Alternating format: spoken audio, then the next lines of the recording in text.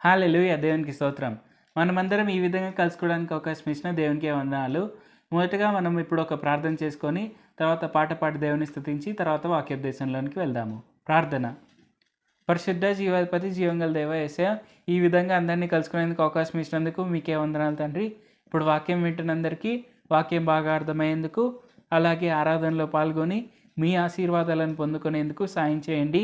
నజరేయుడనే నామములో ప్రార్థిస్తున్నాం తండ్రి. ఆమేన్. Thank you Jesus.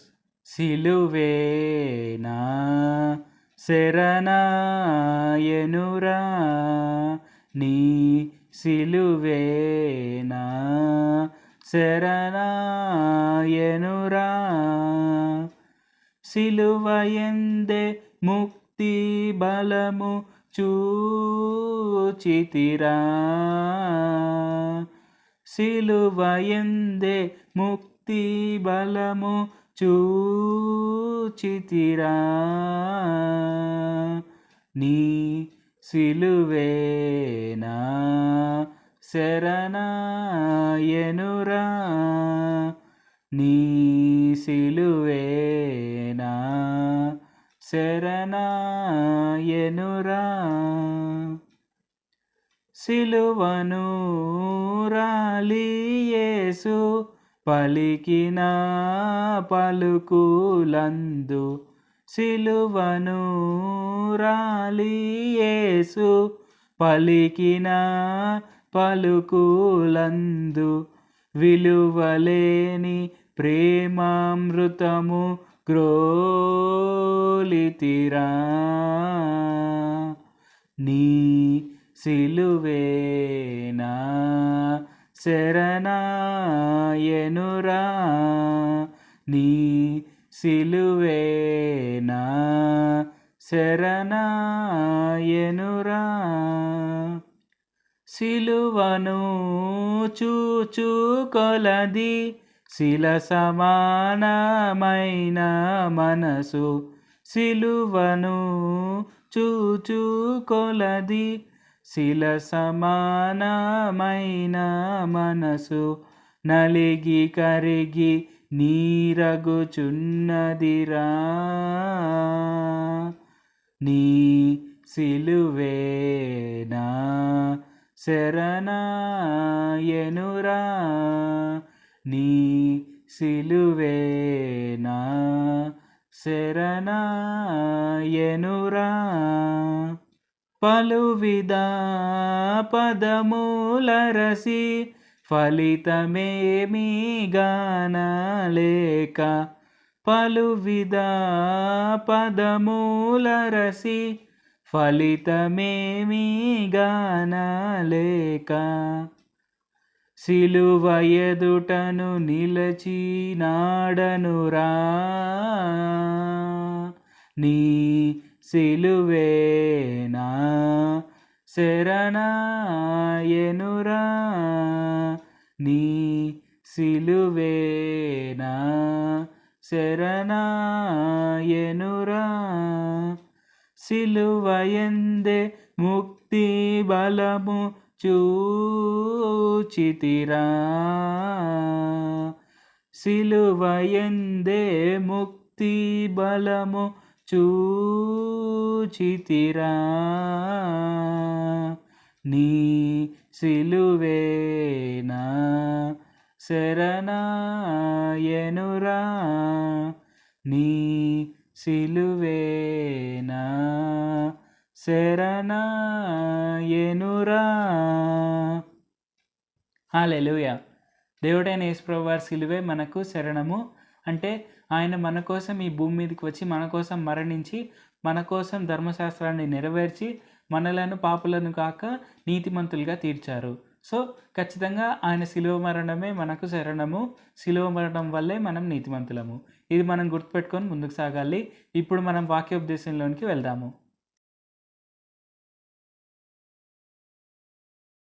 హల్లెలూయా! దేవునికి స్తోత్రం. మనమందరం ఈ విధంగా కలుసుకోవడానికి ఇంకొకసారి అవకాశం ఇచ్చిన యేసుప్రభు వారికి వందనాలు. సో మనము ఈరోజు దేని గురించి తెలుసుకుందాము అంటే, ఇప్పుడు యేసుప్రభు వారు మనకు ఒక్కొక్క రోజు ఒక్కొక్క మాట చెప్తుంటారనమాట. సో, ఫర్ ఎగ్జాంపుల్ కనుక చూసుకున్నట్లయితే ఏంటి, ఇజ్రాయేలీలకు ఆయన ధర్మశాస్త్రాన్ని ఇచ్చారనమాట. సో, ధర్మశాస్త్రాన్ని ఇచ్చి, ఓకే మీరు ఇలాగ జీవించాలి, ఇలాగ మాట్లాడాలి, మీరు ఇలాంటి బట్టలు వేసుకోవాలి, లేకుంటే ఇలాగ ఉండాలి. సో, మీరు బలులు అర్పించేటప్పుడు ఇలాగ అర్పించాలి.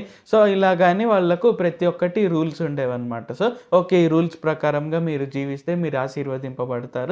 లేకుంటే ఆ రూల్స్ ప్రకారం జీవించకుంటే ఓకే శిక్ష లాంటివి, శాపాలు లాంటివి రావచ్చు అని యేసుప్రభు వారు, దేవుడైన యెహోవా వారు వారికి ధర్మశాస్త్రాన్ని ఇచ్చారనమాట. అయితే ఇక్కడ ఏంటి, యేసుప్రభు వారు ఎప్పుడైతే మన కొరకే సిలువ పైన మరణించారో అంటే మనందరి పాపాల కొరకు, సో లోకంలో ఉన్న ప్రతి ఒక్కరి పాపము కొరకు, ప్రతి ఒక్కరి వ్యసనము కొరకు, అలాగే ప్రతి ఒక్కరి బలహీనతల కొరకు, సో ఇలాగ అన్నిటి కొరకు ఆయన మరణించిన తర్వాత ఏంటి, అది మారిపోయిందనమాట. సో ఎవరైతే ఆయనను నమ్ముతారో వారికి నీతి, వారికి పరిశుద్ధత, వారికి అన్నీ దొరుకుతాయన్నమాట. సో ఇక్కడ ఏంటి, మన క్రియలకు సంబంధం లేకుండా ఆయన నీతిని, పరిశుద్ధతను మనకు ఆయన ఇస్తున్నారనమాట. అంటే మనం పాపాలు చేయాలని కాదు, కానీ మనము ప్రతి ఒక్క రూల్ని మనం పాటించలేం. ఎక్కడొక చోట మనం పాపం చేస్తుంటాం కాబట్టి, ఎక్కడొక చోట అనుకోకుండా తప్పు చేస్తుంటాం కాబట్టి, సో వాటికి సంబంధం లేకుండా మనందరి కొరకే ఆయన బలియాగమయ్యారు.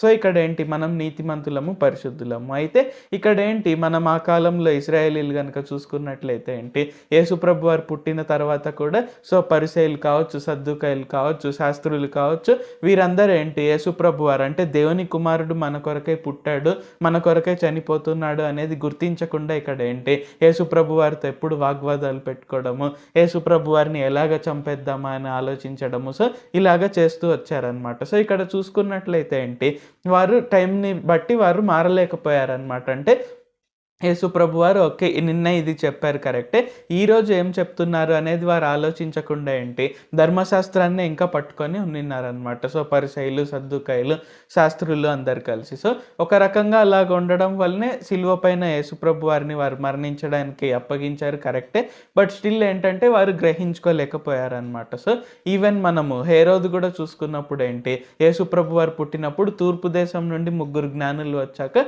అప్పుడు హేరోదు దగ్గర ఉండే జ్ఞానులు చూసి అవును ఇప్పుడు మా దేవుని కుమారుడు పుడతాడు, ఈ కాలంలోనే ఈ ప్రాంతంలో ఇలాగ పుడతాడు అన్నప్పుడు ఏంటి, హేరోదుకి దొరకకపోయేసరికి, అంటే తూర్పు నుంచి వచ్చిన జ్ఞానులు ఏమంటారు, హేరోదుకి తెలియకుండా దేవుని నుంచి వచ్చిన కళ ద్వారా వారు వెళ్ళిపోయినప్పుడు హేరోదుకు చెప్పకుండా, సో ఇక్కడ ఏంటి, హేరోదు చిన్నపిల్లలందరినీ చంపే విధంగా చేశాడనమాట. సో ఇక్కడ అంతా చూసుకున్నట్లయితే ఏంటి, ఇజ్రాయేలీలు కరెక్ట్గా ప్రిపేర్ అవ్వలేకపోయారు. సో ఈవెన్ మనం కూడా ఏం చేస్తుంటామంటే, ఒక్కొక్కసారి యేసుప్రభు వారు మనకు 5 ఏండ్ల క్రితమో, 2 ఏండ్ల క్రితమో, లేకుంటే 10 ఏండ్ల క్రితమో ఇచ్చిన ఆజ్ఞను బట్టి నాకు ఈ పని చేయమన్నాడు అని చెప్పి ఇంకా దాన్నే మనం పట్టుకొని ఉంటాము. కానీ మనం చేయాల్సిందేంటి, ఈరోజు ఆయన మన కొరకు ఏమిస్తున్నారు అనేది మనము ధ్యానించాల్సి ఉంటుందన్నమాట. సో ఈ కాలంలో ఓకే ఈ 4 నెలల్లో, లేకుంటే ఈ 10 నెలల్లో, లేకుంటే ఈ సంవత్సరంలో, లేకుంటే ఈరోజు, సో ఆయన నాకేం చెప్తున్నారు, నేనేం చేయాలని ఆయన ఆశపడుతున్నారు అనేది మనం తెలుసుకోవాలన్నమాట. సో మనకు ఇశ్రాయేలీలు కూడా ఏంటి, మోషే ఎప్పుడైతే ఐగుప్తీయుల నుండి వారి బానిసత్వం నుండి విడిపించాడో, సో ఇక్కడ ఏంటి, దేవుడైన యెహోవా వారు వారికి రోజు మన్నాను కురిపించేవారు అనమాట. అయితే వారు కనుక మన్నాను దాచిపెట్టుకోవాలనుకుంటే ఏంటి, మరుసటి రోజుకి అది కుళ్ళిపోయి ఉండేదన్నమాట. సో ఆ విధంగా ఏంటి, దేవుడైన యెహోవా వారి చిత్తం ఏంటంటే ఏ రోజు మన్నా ఆ రోజు తినాలి అనే విధంగా. సో ఈ రోజు కూడా ఏంటి, మనకి ఇప్పుడు కూడా ఏంటి, మనకు కొత్త నిబంధనలో కూడా యేసుప్రభు వారు శిష్యులకు ప్రార్థన నేర్పించారనమాట. సో అందులో ఏమని ఉంటుంది, దేవా మా అనుదిన ఆహారం నేడు మాకు దయచేయము అని ఉంటుంది. సో ఇక్కడ ఏంటి, మనం అనుదిన ఆహారం, సో ఈరోజు నాకు దేవుడు ఏం మాట్లాడాలనుకుంటున్నాడు అనేది మనం తెలుసుకోవాల్సి ఉంటుంది అనమాట. సో ఇక్కడ మనము 2 ఇన్స్టెన్సెస్ చూసుకుందాము. సో ఒకటి ఏంటంటే దేవుడు చెప్పిన మాటకు లోబడకుండా ఉండేది ఒకటి, దేవుడు చెప్పిన దానికి లోబడేది ఒకటి, ఈరోజు మనం తెలుసుకుందాం అనమాట. సో మనము ముందుగా అపోస్తలుల కార్యములు 10వ అధ్యాయం 9వ వచనం నుండి కనుక చదువుకున్నట్లయితే, మరునాడు వారు ప్రయాణమైపోయి పట్టణమునకు సమీపించినప్పుడు పగలు ఇంచుమించు 12 గంటలకు పేతురు ప్రార్థన చేయుటకు మిద్దె మీదికెక్కెను. అతడు మిక్కిలి ఆకలిగొని భోజనం చేయగోరెను. ఇంటివారు సిద్ధం చేయుచుండగా అతడు పరవశుడై ఆకాశము తెరవబడుటయు, 4 చెంగులు పట్టి దింపబడిన పెద్ద దుప్పటి వంటి ఒక విధమైన పాత్ర భూమి మీదికి దిగి వచ్చుటయు చూచెను. అందులో భూమి యందుండు సకల విధములైన చతుష్పాద జంతువులను, ప్రాకు పురుగులను, ఆకాశ పక్షులను ఉండెను. అప్పుడు పేతురు, నీవు లేచి చంపుకొని తినుమని ఒక శబ్దం అతనికి వినబడెను. సో ఇక్కడ ఈ వచనాలు చూసుకున్నట్లయితే ఏంటి, ఇక్కడ పేతురు ఉన్నాడనమాట. సో బండ అయిన పేతురు, అంటే సంఘానికి మూలమైన పేతురు ఇక్కడ ఉన్నాడనమాట. సో ఇక్కడ ఏంటి, పేతురు పైన నిల్చొని, మిద్దె పైన నిల్చొని చూస్తున్నాడు. సో అంతలో ఆత్మలో పరవశుడయ్యి ఒక దుప్పటి లాంటిది రావడం చూశాడనమాట. సో ఆ దుప్పటిలో ఏంటి, అన్ని రకాలుగా చతుష్పాద జంతువులు, పక్షులు ఇవన్నీ ఉన్నాయన్నమాట. సో ఇక్కడ ఏంటి, ఇక్కడ యేసుప్రభు వారు పేతురుకి చెప్తున్నారనమాట. సో ఏమని, నువ్వు ఈ జంతువులను, దీనిలను, నువ్వు పక్షులను చంపుకొని తినమని చెప్తున్నప్పుడు ఇక్కడ ఏంటి, పేతురు ఇచ్చే రెస్పాన్స్ మనం చూద్దాము. 14వ వచనం నుండి కనుక చూసుకున్నట్లయితే, అయితే పేతురు, వద్దు ప్రభువ, నిషిద్ధమైనది అపవిత్రమైనది ఏదైనాను నేనెన్నడూ తినలేదని చెప్పగా, దేవుడు పవిత్రం చేసిన వాటిని నీవు నిషిద్ధమైన వాటినిగా ఎంచవద్దని మరలా 2వ మారు ఆ శబ్దం అతనికి వినబడెను. ఈలాగు ముమ్మారు జరిగెను. వెంటనే ఆ పాత్ర ఆకాశంనకు ఎత్తబడెను.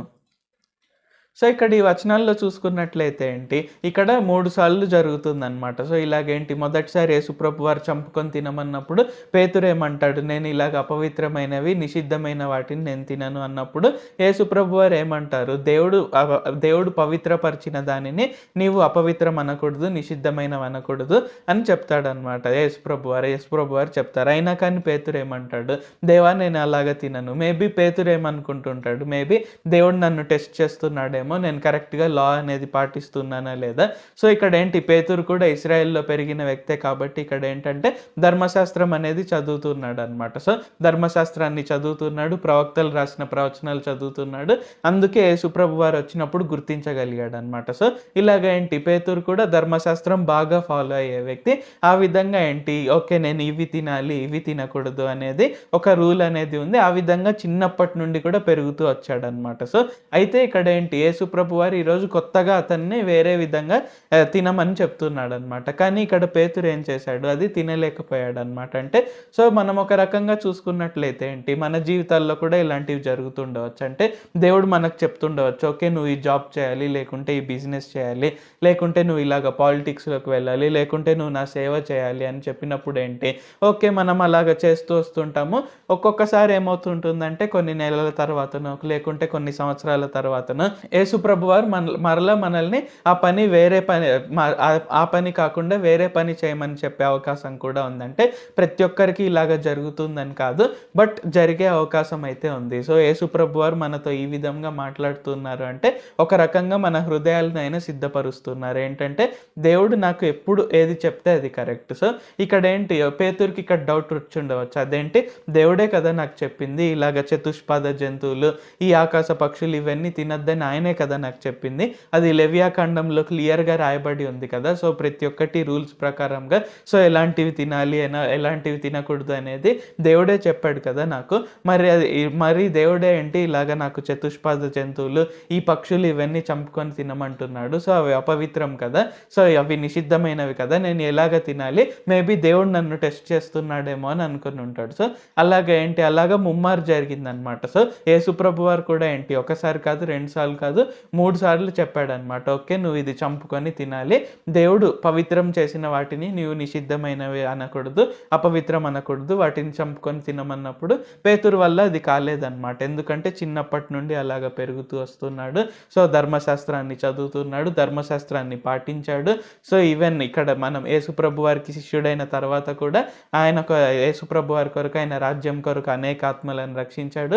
సో ఇక్కడ ఏంటి, తన దృష్టిలో ఏంటంటే ఓకే ఇవి పవిత్రము, ఇవి అపవిత్రము అని. కానీ ఇక్కడ దేవుడు ఇక్కడ ఏం చేశాడు, ఈవెన్ అపవిత్రమైనవి అని ఏదైతే ఆయనే చెప్పాడో ఇప్పుడు వాటిని ఆయన పవిత్రం చేశాడు. సో ఇక్కడ ఏంటి, పేతురు వెంటనే ఆ విధంగా ప్రిపేర్ అయి ఉండాలన్నమాట. ఓకే దేవుడు నాకు ఇప్పుడు చెప్పాడు, సో నేను ఈ చతుష్పాద జంతువులు, ఈ పక్షులు, నేను వీటిని చంపుకొని తినవచ్చు అనే విధంగా పేతురు ప్రిపేర్ అయి ఉండాలి. కానీ ఇక్కడ పేతురు ప్రిపేర్ కాకపోవడం వలన ఏంటి, ఓకే నేను ఇలాగ చేయను అని ముమ్మారు దేవునికి నో అని చెప్పాడనమాట. సో ఇంకా దేవుడు ఆ దుప్పటిని తీసేసుకున్నాడు మళ్ళీ. సో ఆ విధంగా మనం కూడా మన జీవితాల్లో మనం ప్రిపేర్ అవ్వాలి, మన హృదయాల్లో మనం ప్రిపేర్ అయి ఉండాలి, సిద్ధపడి ఉండాలి.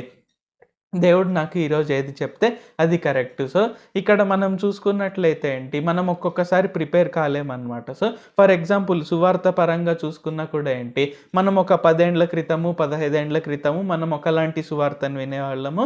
ఇప్పుడు ఒకలాంటి సువార్త వింటున్నాం. సో, ఇక్కడైతే ఏంటి, మనలో కొంతమంది అపోజ్ చేస్తుంటాం. అంటే ఫర్ ఎగ్జాంపుల్ ఇప్పుడు కృప గురించి చెప్తే ఏంటి, కృప గురించి చెప్పేదంతా తప్పు. మనం ఈ రూల్స్ పాటించాలి.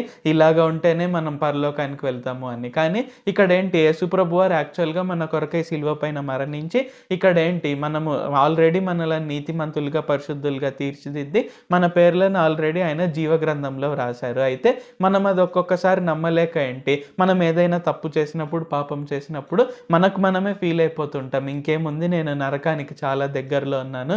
యేసుప్రభు వారు నన్ను క్షమిస్తారో లేదో, నేను పాపిని, నేను ఇలాంటి వాడిని, అలాంటి వాడిని అని మనల్ని మనం కించపరుచుకుంటూ బాధపడుతూ మనం ఉంటాము. కానీ ఇక్కడ ఏంటి, యేసుప్రభు వారు ఆల్రెడీ మన కొరకై సిలువ పైన మరణించి ఆయన మన పాపాలన్నిటినీ క్షమించేశారు, మన దోషాలన్నిటినీ క్షమించేశారు.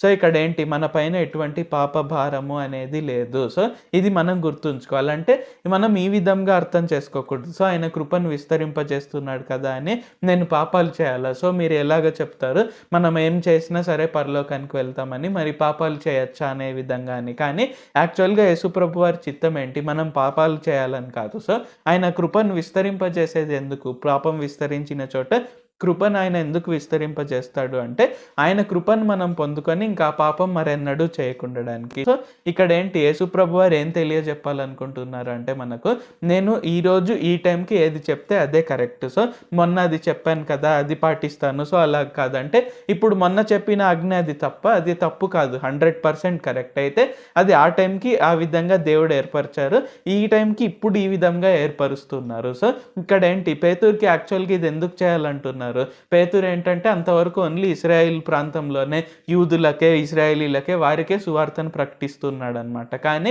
ఇక్కడ యేసుప్రభు వారి యొక్క చిత్తం ఏంటి, మీరు సర్వలోకంనకు వెళ్ళి సర్వ సృష్టికి సువార్తను ప్రకటించి నాకు శిష్యులనుగా చేయండి అనేది యేసుప్రభు వారి యొక్క చిత్తం. సో ఇక్కడ ఏంటి, యూదులకు, ఇశ్రాయేలీలకు ఆ కాలంలో ఏంటంటే అన్యజనులు అంటే వారికి ఒకలాంటి ఇది ఉంటుందన్నమాట. అంటే మేము పవిత్రులము, అంటే మేము దేవుడైన యెహోవాని తెలుసుకున్నాము, నిజ దేవుడని మేము తెలుసుకున్నాము.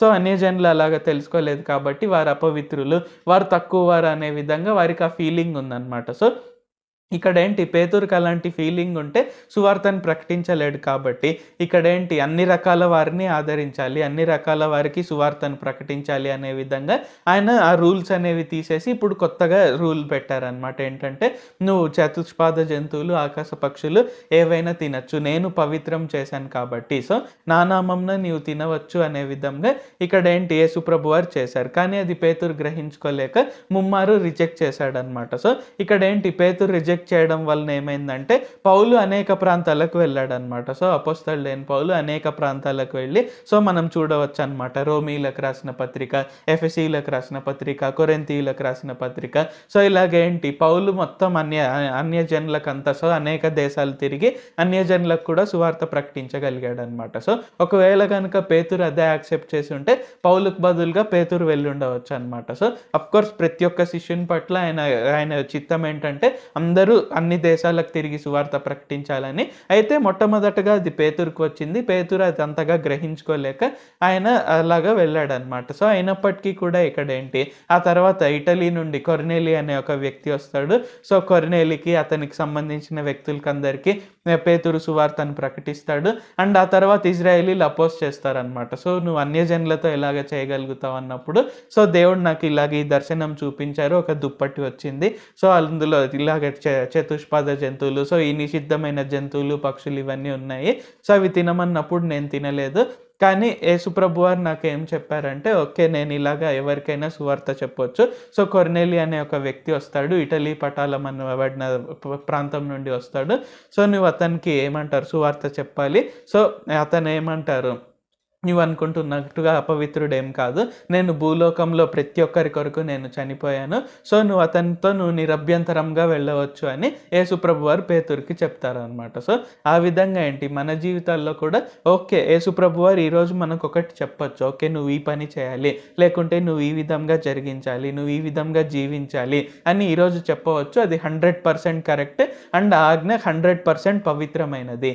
అయితే రేపు ఆయన ఆజ్ఞను మార్చొచ్చు. సో, ఆయన మార్చొచ్చు, మార్చకపోవచ్చు. అది ఆయన ఇష్టము. సో, మన హృదయాల్లో మనం సిద్ధపడాలి. దేవా, ఇది మీరు నాకు చెప్పారు. సో, నేను ఇది ఖచ్చితంగా చేయాలి. రేపు మీరు ఇంకొకటి చెప్పవచ్చు, నేను దానికి కూడా సిద్ధమే. ఆ విధంగా నా హృదయాన్ని సిద్ధపరచండి దేవా అని మనం ప్రార్థన చేసి, ఆయన ఏ రోజు ఏది చెప్తే మనం ఆ విధంగా చేయాలి. సో, ఈరోజు ఆయన మనకు చెప్పొచ్చు అనమాట. సో, నువ్వు సువార్త ప్రకటించు, ఇలాగ నువ్వు వీరితో మాట్లాడు అని. రేపు ఆయన చెప్పొచ్చు అనమాట. సో, ఈ వ్యక్తులతో నువ్వు మాట్లాడొద్దు. సో, నువ్వు వేరే వాళ్ళకు సువార్త ప్రకటించు అని. సో, అప్పుడు మనం ఏం చేయాలి? మనం వెంటనే ఆ విధంగా మారిపోవాలి. అంతేకాని ఓకే, నాకు ఇక్కడ చాలా సంఘం స్థిరపడిపోయింది, నేను వీళ్ళనంతా వదిలేస్తే ఎలాగా అని మనం ఫీల్ అవ్వాల్సిన పని లేదనమాట. ఎందుకంటే ఫైనల్గా ఇక్కడ ఏంటి, ప్రతి ఒక్కరిని చూసుకునేది యేసు ప్రభు వారు. సో, ప్రతి ఒక్కరిని పోషిస్తున్నది ఆయన. ఈ భూలోకంలో ఎవరైనా సరే, ఎవరైనా బతికి ఉన్నారంటే అది యేసు ప్రభు వారి యొక్క చిత్తం కాబట్టే. సో, మనం అందరం బ్రతికి ఉన్నామంటే అది యేసు ప్రభు వారి చిత్తమే కాబట్టి అది మనం గుర్తుంచుకొని ముందుకు సాగాలి. సో, మనం ఎవరిని పోషించేవారం కాదు, మనం ఎవరిని రక్షించేవారం కాదు. ఎందుకంటే ఎవరినైనా రక్షించేది యేసు ప్రభువారే, ఎవరినైనా పోషించేది యేసు ప్రభువారే, ఎవరినైనా ఆశీర్వదించేది కూడా యేసు ప్రభువారే. సో, అది మనం గుర్తుంచుకొని ఆయన మనకి ఏం చెప్పాలనుకుంటున్నాడో దాని విధంగా చూడాలి. సో, అయితే యేసు ప్రభువారు ఏం కోరుకుంటారు? మనము అలాగ పేతురు పర్టికులర్ ఇన్స్టెన్స్లో ఉన్నట్టు కాకుండా మనం ఆయనకు లోబడాలనే విధంగా కోరుకుంటారు. అంటే ఇక్కడ పేతురు ఏదో తక్కువైపోయినట్టు కాదు. ఆ సిచ్యువేషన్ని మనకు ఎందుకు పెట్టారు అంటే మనం భవిష్యత్తులో ఇంకెప్పుడు కూడా మనము అలాగ చేయకుండా మనం వెంటనే లోబడే విధంగా మన హృదయాల్ని సిద్ధపరచుకోవాలని యేసుప్రభు వారు తెలియజేస్తున్నారు. మనం ఇంకొక ఇన్స్టెన్స్ కనుక చూసుకున్నట్లయితే ఇది హోషేయ గ్రంథంలో ఉంటుందన్నమాట. సో, హోషేయ గ్రంథంలో 1వ అధ్యాయం మనం మొదటి 3 వచనాలు కనుక చదువుకున్నట్లయితే, ఉజ్జియా, యోతాము, ఆహాజు, హిజ్కియా అను యూదా రాజుల దినములలోను, యెహోయాషు కుమారుడైన యెరోబాము అను ఇశ్రాయేల్ రాజు దినములలోను, బెయేరీ కుమారుడైన హోషేయకు ప్రత్యక్షమైన యెహోవా వాక్కు. మొదట యెహోవా హోషేయ ద్వారా ఈ మాట సెలవిచ్చెను. జనులు యెహోవాను విసర్జించి బహుగా వ్యభిచరించి ఉన్నారు గనుక నీవు పోయి వ్యభిచారం చేయు స్త్రీని పెండ్లాడి వ్యభిచారం వల్ల పుట్టిన పిల్లలను తీసుకొనుము అని ఆయన హోషేయకు ఆజ్ఞ ఇచ్చెను. కాబట్టి అతడు పోయి దిబ్లాయిము కుమార్తె అయిన గోమెరును పెండ్లి చేసుకొనెను. సో, ఇక్కడ ఈ వచనాలు కనుక చూసుకున్నట్లయితే ఏంటి, ఇక్కడ ప్రవక్త అయినటువంటి హోషేయకు దేవుడైన యెహోవా చాలా టఫ్ జాబ్ పెట్టారనమాట. ఏంటంటే, నువ్వు వ్యభిచారంలో ఉన్న స్త్రీని పెండ్లి చేసుకొని వ్యభిచారం వల్ల పుట్టిన పిల్లలను నువ్వు కనమని ఇక్కడ దేవుడైన యెహోవా వారు హోషేయకు చెప్తున్నారనమాట. సో, ఇక్కడ ఏంటి, ప్రవక్త అయిన హోషేయ ఒక రకంగా చూసుకున్నట్లయితే ఏంటి, ఆయన చాలా పవిత్రుడు, అంటే ధర్మశాస్త్రాన్ని పాటించే వ్యక్తి, ఆయన దేవునితో మాట్లాడే వ్యక్తి, దేవుడి నుండి ఆయన ప్రవచనాలు, దర్శనాలు పొందుకునే వ్యక్తి. సో, ఇలాంటి పని చేయాల్సి వస్తుందని ఆయన ఊహించి ఉండాడు. కానీ ఇక్కడ ఏంటి, దేవుడైన యెహోవా వారు ఎప్పుడైతే చెప్పారో ప్రవక్త అయినటువంటి హోషేయ అలాగే చేశారు. అంటే వ్యభిచారంలో ఉన్న స్త్రీని ఆయన పెండ్లి చేసుకున్నాడు అండ్ ఆమె ద్వారా పిల్లలను కూడా కన్నాడు. సో, ఇక్కడ ఒక రకంగా చూసుకున్నట్లయితే ఏంటి, ఇది చాలా భయంకరమైనది. సో, మనల్ని మనం అక్కడ ఊహించుకున్నట్లయితే అది చాలా భయంకరమైనది. నాకు తెలిసి మనలో ఎవ్వరం కూడా ఆ పని చేయలేం కూడా. ఎందుకంటే మనం ఎప్పుడు కూడా ఏ విధంగా మనం యేసు ప్రభు వారి కొరకే నీతిమంతులుగా, పరిశుద్ధులుగా ఇలాగ జీవించాలని మనం అనుకుంటాం. సో, ఈవెన్ ధర్మశాస్త్రంలో కూడా వ్రాయబడి ఉంటుందన్నమాట. సో, నువ్వు అలాగ వ్యభిచారంలో ఉన్న వాళ్ళను, వేశ్యలను ఇలాగ వివాహం చేసుకోకూడదు అని రాసి ఉంటుందన్నమాట. సో, హోషేయ ఇక్కడ ఏంటి, ప్రవక్త అయినటువంటి హోషేయ ఖచ్చితంగా ధర్మశాస్త్రం పాటించే వ్యక్తి. కానీ పర్టికులర్గా ఆ పర్టికులర్ సిచ్యువేషన్లో ఇక్కడ ఏంటి, దేవుడైన యెహోవా వారు ఇక్కడ ఏం చెప్పారు, సో నువ్వు అలాంటి స్త్రీని పెండ్లి చేసుకోవాలి అంటే వ్యభిచారంలో ఉన్న స్త్రీని పెండ్లి చేసుకోవాలి అన్నప్పుడు ఆయన లోబడ్డాడు. సో యాక్చువల్గా చూస్తే ఏంటి, ఇక్కడ హోషేయకు డౌట్ వచ్చి ఉండవచ్చు, అసలు దేవుడు ఇలాగ మాట్లాడతాడు, అది అలాగ చేసుకోవడం అపవిత్రం కదా, అది నీతి కాదు కదా, పరిశుద్ధత కాదు కదా, మరి అది చాలా పెద్ద తప్పు కదా, మరి నేను అలాగ చేయాలి అని ఇక్కడ ప్రవక్త అయినటువంటి హోషేయ ఇక్కడ దేవుడైన యెహోవాని క్వశ్చన్ చేసి ఉండవచ్చు, అనుకొని ఉండవచ్చు. కానీ ఇక్కడ చూసుకున్నట్లయితే ఏంటి, ఈ 3 వచనాల్లో మనకు అలాగా కనిపించలేదు. సో ఇక్కడ ఏంటి, ఇక్కడ దేవుడైన యెహోవాకి ఒక పర్పస్ ఉందన్నమాట. ఏంటంటే ఆ కాలంలో ఇశ్రాయేల్ రాజులు అలాగే జనులందరూ కూడా దేవుడైన యెహోవాని విడిచిపెట్టి సో వేరొకరిని పూజించడము, వేరొక దేవతలకు బలులు అర్పించడము, వాటికి ప్రవక్తల్ని పెట్టి వారిని పోషించడము, అలాగే ప్రవక్తల్ని కొంచెం హింస పెట్టడము. సో ఇలాగవన్నీ చేస్తున్నప్పుడు ఇక్కడ ఏంటి, ఇక్కడ దేవుడైన యెహోవా చెప్తున్నారనమాట. సో ఇజ్రాయెల్ చేస్తుండేది నువ్వు చేసి చూపించు, అది ఎంత పెద్ద తప్పు అప్పుడు వారు అర్థం చేసుకుంటారు. అంటే వారు వేరే ఒక దేవతల్ని వారు పూజించి వారు వ్యభిచారం చేస్తున్నారు. సో అలాగా నువ్వు వ్యభిచారంలో ఉన్న స్త్రీని పెండ్లి చేసుకొని కుమారులను కానీ సో ఇలాగ అని ఇక్కడ దేవుడైన యెహోవా ఒక పర్పస్లో నడిపిస్తున్నారు అనమాట. సో ప్రవక్త అయినటువంటి హోషేయ అక్కడ లోబడ్డాడు. సో ఆ విధంగా ఏంటి, మనం ఈ గ్రంథంలో ఈ వచనాలు చదివే కొద్దీ మనకు క్లియర్గా పర్పస్ అనేది అర్థమవుతుంది అనమాట. సో ఇక్కడ మనం గుర్తుంచుకోవాల్సింది ఏంటి, దేవుడు మనకు ఏదైనా చెప్తే అది కరెక్ట్. సో ఇక్కడ ఏంటి, ప్రవక్త అయిన హోషేయ కూడా ధర్మశాస్త్రం పాటిస్తున్నాడు కరెక్టే, బట్ స్టిల్ దేవుడే ప్రత్యక్షమై చెప్పినప్పుడు ఏంటి, నేను ధర్మశాస్త్రాన్ని కాదు నేను దేవుని పట్టుకుంటాను. సో నేను దేవుడిచ్చిన వాక్యాన్ని నేను పట్టుకొని ఉంటాను, దాని ప్రకారంగా నేను జీవిస్తాను అనే విధంగా ఇక్కడ ప్రవక్త అయినటువంటి హోషేయ ముందుకెళ్ళాడు. మనం ఇక్కడ చూసుకున్నట్లయితే ఈరోజు ఈ పరిస్థితిలో చూసుకున్నట్లయితే ఏంటి, హోషేయ గురించి మనం మాట్లాడుతున్నాము. సో హోషేయ ఎంత కరెక్ట్గా చేశాడు అనేది మనం మాట్లాడుతున్నాము. సో యాక్చువల్గా అది తప్పే, కానీ దేవుడు చెప్పాడు కాబట్టి అది కరెక్ట్. సో ఆ విధంగా మనం ముందుకు సాగాలి. అంటే ఇక్కడ మనం చూసుకున్నట్లయితే ఏంటి, అలాగ ప్రతి ఒక్కరికి ప్రతిరోజు అలాగ జరుగుతుందని కాదు, ఒక్కొక్కసారి సమ్ స్పెషల్ ఇన్స్టెన్సెస్లో ఇలాగ జరగవచ్చు. ఎప్పుడో ఒకసారి మన జీవితంలో మనం అంతవరకు నమ్మింది కూడా కాదు, నువ్వు ఇలాగ నన్ను నమ్మాలి, ఈ విధంగా నా పైన విశ్వాసం ఉంచాలి అని యేసుప్రభు వారు చెప్పినట్లయితే ఏంటి, మనం వెంటనే ఆ మాటను పట్టుకోవాలి, కానీ మనం ముందున్న దాన్ని మనం పట్టుకోకూడదు. సో ప్రతిరోజు అనుదిన ఆహారం. సో దేవా నేను కరెక్ట్ ట్రాక్లో ఉన్నానా, అంటే నా పట్ల మీకు ఉన్న చిత్తంలో నేను కరెక్ట్గా ముందుకు వెళ్తున్నానా, ఈరోజు నాతో మీరేం మాట్లాడతారు అనే విధంగా మనం ముందుకు సాగుతూ ఉండాలి. అండ్ దేవుడు ఖచ్చితంగా ఏ రోజుకి ఆ రోజు మనకి ఏ సమయానికి ఆ సమయానికి ఖచ్చితంగా మనకు మాట అనేది ఆయన చెప్తారు, ఆయన వాక్యాన్ని మనకి ఇస్తారు, ఆయన చిత్తాన్ని తెలుపుతారు. మనం ఆ విధంగా ముందుకు సాగాలి. అంతేకాని దేవా మీరు ఆ రోజు ఇది చెప్పారు, అది కొంచెం మనకు బాగా అనిపించినట్లయితే ఏంటి, ఇది కరెక్ట్ అనే విధంగా ఉండకుండా మనకి ఈరోజు ఆయన ఏం చెప్పారో అది చేస్తూ మనం ముందుకు సాగాలి. సో ఇజ్రాయేలీలు కూడా ఏంటి, మన్నాను దాచిపెట్టుకోవాలనుకున్నప్పటికీ నెక్స్ట్ రోజు పొద్దున్నకి కుళ్ళిపోయింది అనమాట. సో ఆ విధంగా ఏంటి, అలాగ చూసుకున్నట్లయితే మన్నా అనేది తప్ప 100% కరెక్ట్, కానీ అది ఆ రోజుకి కరెక్ట్, నెక్స్ట్ రోజుకి దేవుడు ఆల్రెడీ ఇంకొక మన్నాను స్టోర్ చేసి ఉంచారు. సో అదే విధంగా ఏంటి, మనకు ప్రతిరోజు అనుదిన ఆహారాన్ని ఇవ్వాలి అనేది ఆయన చిత్తము. కాబట్టి ఆయన అనుదిన ఆహారాన్ని మనం పొందుకుంటూ ఆ విధంగా మనం ఆయన చిత్తాన్ని నెరవేరుస్తూ మనం అందరం ముందుకు సాగుదాము. ప్రార్థించుకుందాం. ప్రభువా దేవా సర్వాధికారి, మాకు ఇంకొకసారి ప్రార్థించుకునేందుకు అవకాశం ఇచ్చినందుకు వందనాలు తండ్రి. మీరు మా కొరకే చేసిన ప్రతి ఒక్క మేలుని బట్టి మీకు వందనాలు, స్తుతులు, స్తోత్రాలు తండ్రి. ఈరోజు వాక్యంని బట్టి వందనాలు తండ్రి. మీరు ప్రతిరోజు మా కొరకే అనుదిన ఆహారాన్ని సిద్ధపరిచి ఉన్నారు అని తెలియజేసినందుకు వందనాలు తండ్రి. అంటే మీరు ఏ టైంలో ఏది చెప్తే అదే కరెక్ట్, మేము ముందు రోజుది మళ్ళీ పట్టుకొని ఈరోజు ఆజ్ఞని మేము మిస్ అవ్వకూడదు అని తెలియజేసినందుకు వందనాలు తండ్రి. ఎలాగైతే పేతురుకు మీరు దుప్పటి ద్వారా చతుష్పాద జంతువులు పక్షులన్నీ నిషిద్ధమైనవన్నీ మీరు ఎలాగైతే జంతువులని ఇచ్చి అవి చంపుకొని తినమన్నప్పుడు పేతురు మీ మాటను అంతగా చూసుకోకుండా ధర్మశాస్త్రాన్ని పట్టుకొని ఉన్నాడు తండ్రి. ఆ విధంగా మీరు ముమ్మారు అతనికి చెప్పి దేవుడు పవిత్రం చేసిన వాటిని నువ్వు నిషిద్ధమైనవి అపవిత్రము అనకూడదని చెప్పినప్పటికీ పేతురు అలాగా చేశాడు తండ్రి. తద్వారా అన్యజనులకు పౌలు వలె సువార్తను ప్రకటించలేకపోయాడు తండ్రి. అలాగా మేము మా జీవితంలో మేము జరిగించకుండా మీరు మాకు ఇప్పుడు ఏదైతే చెప్తున్నారో దాన్నే మేము గుర్తించి మేము ఆ ఆజ్ఞనే మేము పాటించుటకు, ఆ విధంగా మీ చిత్తంను నెరవేర్చుటకు సహాయం చేయండి తండ్రి. ఆ విధంగా మేము అనవసరమైనటువంటిని మేము పట్టించుకోకుండా మీరు ఈరోజు మాకేం చెప్తున్నారో, ఈరోజు మీరు మాకు ఏ మన్నానైతే ఇస్తున్నారో ఆ మన్నాను మేము భుజించుటకు సహాయం చేయండి తండ్రి. అలాగే హోషేయకు మీరు చాలా టఫ్ జాబ్ అప్పగించారు తండ్రి.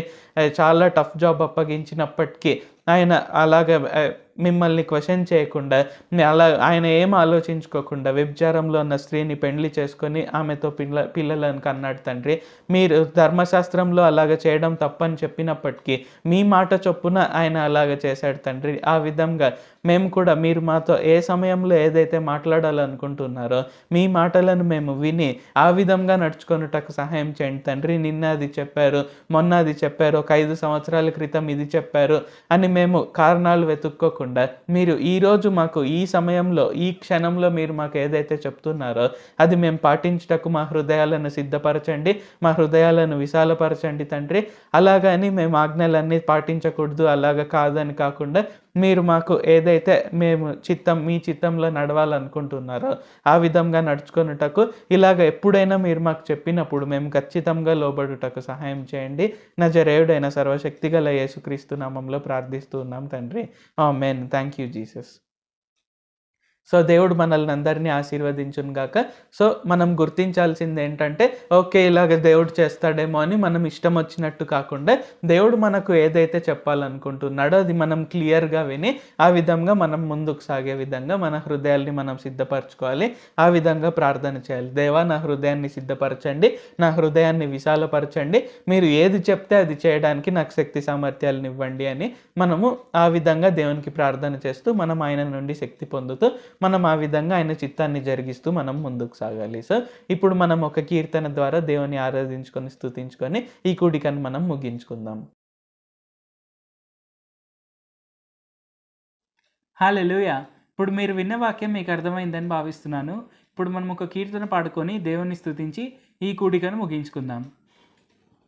పాపానికి నాకు ఏ సంబంధము లేదు, పాపానికి నాపై ఏ అధికారము లేదు, పాపానికి నాకు ఏ సంబంధము లేదు, పాపానికి నాపై ఏ అజమాయిషి లేదు. నా పాపములు అన్నీ నా ప్రభువు ఏనాడో క్షమించి వేశాడుగా, మరి వాటినెన్నడను జ్ఞాపకము చేసుకొనను అని మాట ఇచ్చాడుగా. నేనున్నా నా యేసుని కృప క్రింద, నేలేను ధర్మశాస్త్రం క్రింద. నేనున్నా నా యేసుని కృప క్రింద, నేలేను ధర్మశాస్త్రం క్రింద. పాపానికి నాకు ఏ సంబంధము లేదు, పాపానికి నాపై ఏ అధికారము లేదు, పాపానికి నాకు ఏ సంబంధము లేదు, పాపానికి నాపై ఏ అజమాయిషి లేదు. కృప ఉందని పాపం చేయొచ్చా? అట్లనరాదు. కృప ఉందని నీతిని విడువచ్చా?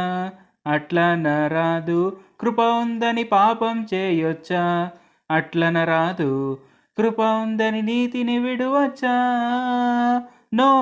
కృప అంటే లైసెన్స్ కాదు, కృప అంటే ఫ్రీ పాస్ కాదు పాపాన్ని చేసేందుకు. కృప అంటే దేవుని శక్తి, కృప అంటే దేవుని నీతి పాపాన్ని గెలిచేందుకు. Grace is not a license to sin, it's the power of God to overcome. Grace is not a license to sin, it's the power of God to overcome. Grace is not a license to sin, it's the power of God to overcome. Grace is not a license to sin, it's the power of God to overcome. నేనున్నా నా యేసుని కృప క్రింద, నేలేను ధర్మశాస్త్రం క్రింద. నేనున్నా నా యేసుని కృప క్రింద, నేలేను ధర్మశాస్త్రం క్రింద. పాపానికి నాకు ఏ సంబంధము లేదు, పాపానికి నాపై ఏ అధికారము లేదు, పాపానికి నాకు ఏ సంబంధము లేదు, పాపానికి నాపై ఏ అజమాయిషి లేదు. ధర్మశాస్త్రం పాపం అయ్యిందా? అట్లనరాదు. ధర్మశాస్త్రం వ్యర్థం అయ్యిందా? అట్లనరాదు. ధర్మశాస్త్రం పాపం అయ్యిందా? అట్లనరాదు. ధర్మశాస్త్రం వ్యర్థం అయ్యిందా? నో. ధర్మశాస్త్రం కొంతకాలమేగా, ధర్మశాస్త్రం బాలశిక్షయేగా, ప్రభునొద్దకు నడిపేందుకు క్రీస్తొచ్చి కృప తెచ్చెనుగా, ధర్మశాస్త్రం నెరవేర్చెనుగా, మనలను విడిపించేందుకు. నేనున్నా నేనున్నా నా యేసుని కృప క్రింద, నేలేను నేలేను ధర్మశాస్త్రం క్రింద.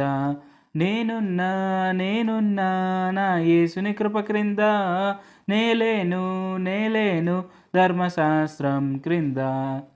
పాపానికి నాకు ఏ సంబంధము లేదు, పాపానికి నాపై ఏ అధికారము లేదు, పాపానికి నాకు ఏ సంబంధము లేదు, పాపానికి నాపై ఏ అజమాయిషీ లేదు. మన దేవుడైన యేసుప్రభువారు మన పాపాలన్నింటినీ కొట్టివేశారు, అలాగే మనల్ని నీతిమంతులుగా ఎంచారు. ఇది మనం గుర్తుపెట్టుకొని మనం ఎల్లప్పుడూ ముందుకు సాగాలి. పాపానికి మన పైన ఎటువంటి అజమాయిషీ లేదు, ఎందుకంటే దేవుడైన యేసుప్రభువారు అలా చేశారు కాబట్టి తప్పక మనకు పాపంపై ఖచ్చితమైన విజయం ఉంది. అలాగే పాపం మనల్ని ఎలాంటి రీతిలో అధికారం చేయలేదు, సాతానికి కూడా మన పైన ఎటువంటి అధికారం లేదు. ఇది తప్పక మనం గుర్తుపెట్టుకోవాల్సిన విషయము. సో ఇది ఖచ్చితంగా అందరు గుర్తుపెట్టుకోవాలని భావిస్తున్నాను. దేవుడైన యేసుప్రభువారు ఏమి చెప్పినా అది మనం వినాలి, ఎందుకంటే దేవుడైన యేసుప్రభువారు ఒక పెద్ద ప్లాన్ కలిగి ఉన్నారు కాబట్టి మనకి ఏదైనా చెప్తారు. సో మన జీవితంలో నెక్స్ట్ టైం జరగబోతుందో కూడా దేవుడైన యేసుప్రభువారికి క్లియర్ కట్గా తెలుసు. ఇది మనం గుర్తించి ముందుకు సాగాలి. మనం నెక్స్ట్ టైం కలుసుకునే వరకు దేవుడు మనల్ని అందరినీ ఆశీర్వదించిన గాక. God blesses all. Amen. Thank you Jesus.